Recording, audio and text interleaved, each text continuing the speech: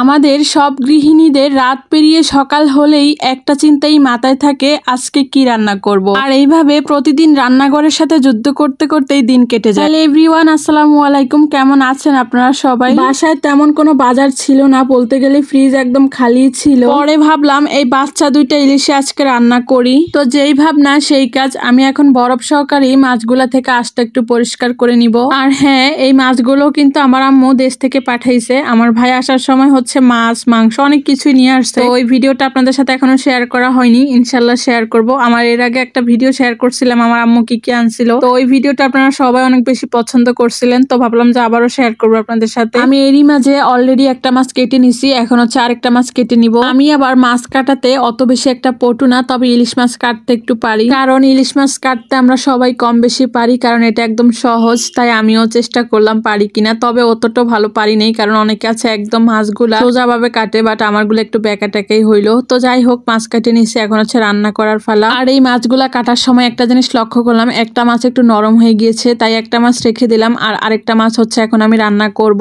ভাবছি ওই মাছটা দিয়ে লতি বাসে আনলে লতি দিয়ে রান্না করব, আর আপনাদের সাথে ভিডিও শেয়ার করব। তো আমি হচ্ছে এখন ইলিশ মাছটাকে বসিয়ে দিলাম। আমি হচ্ছে সবসময় ইলিশ মাছটা এভাবে হাতে মাখিয়ে রান্না করি, এটা আমার কাছে অনেক ভালো লাগে। কেন জানি আমার কাছে ইলিশ মাছটা এভাবে রান্না করলেই বেশি ভালো লাগে। আর আমার কাছে ইলিশ মাছে অত বেশি মশলা দেওয়াটাও ভালো লাগে না। তো এখন হচ্ছে তেল দিয়ে দিলাম, তেল দিয়ে হচ্ছে অল্প একটু পানি দিয়ে দিলাম। তো এখন আমি এই পানিটুকু দিয়ে হচ্ছে পুরো মাছটাকে কষিয়ে নিব। আর এরই মাঝে আপনাদের ভাইয়া ফোন দিয়ে বলতেছে আজকে নাকি বাসায় এসে লাঞ্চ করবে দুপুরে। এমনিতে ছুটির দিন ছাড়া বাসায় লাঞ্চ করা হয় না, অফিসে লাঞ্চ করা হয়। তো আমি ভাবলাম যেহেতু ইলিশ মাছ রান্না করতেছি, এর সাথে কচুর মোখা হলে ভালোই হবে, তাই তাকে বলে দিলাম আসার সময় নিয়ে আইসো। আমি আগে কচুর মোখা তরকারিটা একদমই পছন্দ করতাম না, কিন্তু ইদানিং আমার কাছে এত ভালো লাগে এই তরকারিটা, কি আর বলবো। আমি তো প্রথমে ভাবছি মাছটা এমনিতেই নর্মাল ভাবে ভুনা করব, পরে যখন শুনলাম যে হাজব্যান্ড বাসায় আসবে, তাই তাকে তো হচ্ছে কচুর মোখা আনতে বলে দিলাম। তাই হচ্ছে এখানে আরেকটু হলুদ আর আরেকটু মরিচের গুঁড়ো অ্যাড করলাম।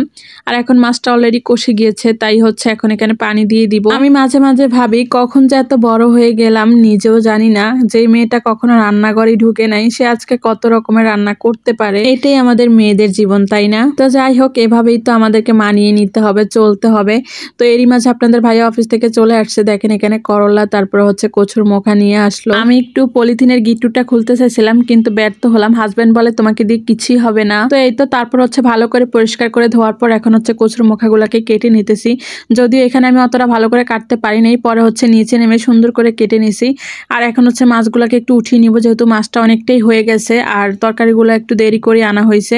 তো এখন মাছগুলাকে হচ্ছে উঠিয়ে নিতেছি, উঠিয়ে হচ্ছে এখন আমি কচুর মোখাগুলো এখানে দিয়ে দিব। আমিও বেশ অনেকটা তাড়াহুড়ো করে রান্নাটা করতেছি, কারণ হচ্ছে যেহেতু হাজবেন্ড বাসা অলরেডি এসে পড়ছে, তাই তাড়াতাড়ি করেই তাকে ভাত দেওয়া লাগবে। আর আমারও অনেক ক্ষুধা লাগছে, সাথে কিন্তু ডালও ছিল আজকে। আমি আবার ডাল আর ভাতটা সবসময় একসাথে আগে বসিয়ে দেই, তাই ওই ভিডিওগুলা করতে আর মনে থাকে না। এই তো এরই মাঝে হচ্ছে আমি কিছুক্ষণ তরকারিটাকে ভালো করে কষিয়ে নিছি, আর এখন উঠিয়ে রাখা মাছগুলাকে এখানে দিয়ে দিছি। বাহিরে প্রচুর বৃষ্টি হচ্ছে, তারপরও গরম কমার কোনো নামই নাই। রান্নাঘরে গরমের জ্বালায় টিকেই যাচ্ছে না, তারপরও কি আর করার, রান্নাঘরে তো আসাই লাগে, কারণ রান্নাটা তো ঠিকই আমাদেরকেই করা লাগে। প্রতিদিন সকাল হলে তো আমাদের মাথায় চিন্তা থাকে আজকে কি রান্না করব, ঠিকই চিন্তা করে একটা আইটেম বের করে দেন হচ্ছে রান্নাটা করা লাগে আমাদের। বাসায় যত বেশি হেল্পিং হ্যান্ড থাকুক না কেন, রান্নাটা ঠিকই আমাদেরকেই করা লাগে প্রতিদিন। তারপরও জামাইরা বাসায় এসে বলবে সারাদিন করোটা কি, তখন কেমন লাগে বলেন তো আপুরা? আমি জানি সব আপুদের সাথেই মনে হয় এরকমটাই হয়, তাই না? তো যাই হোক, ভিডিও দেখতে দেখতে যারা এই পর্যন্ত চলে আসছো অবশ্যই একটি কমেন্ট করে যাবা কোথা থেকে আমার ভিডিওটি দেখতেছো, কারণ তোমরা আমার ভালোবাসার মানুষ। আমি দেখতে চাই কোন কোন জেলা থেকে তোমরা সবাই আমার ভিডিও দেখো। তো যাই হোক, এখন হচ্ছে আমার রান্নাটা প্রায় শেষ হয়ে গিয়েছে, তাই হচ্ছে এখন ভাজা জিরার গুঁড়ো দিয়ে দিব এখানে।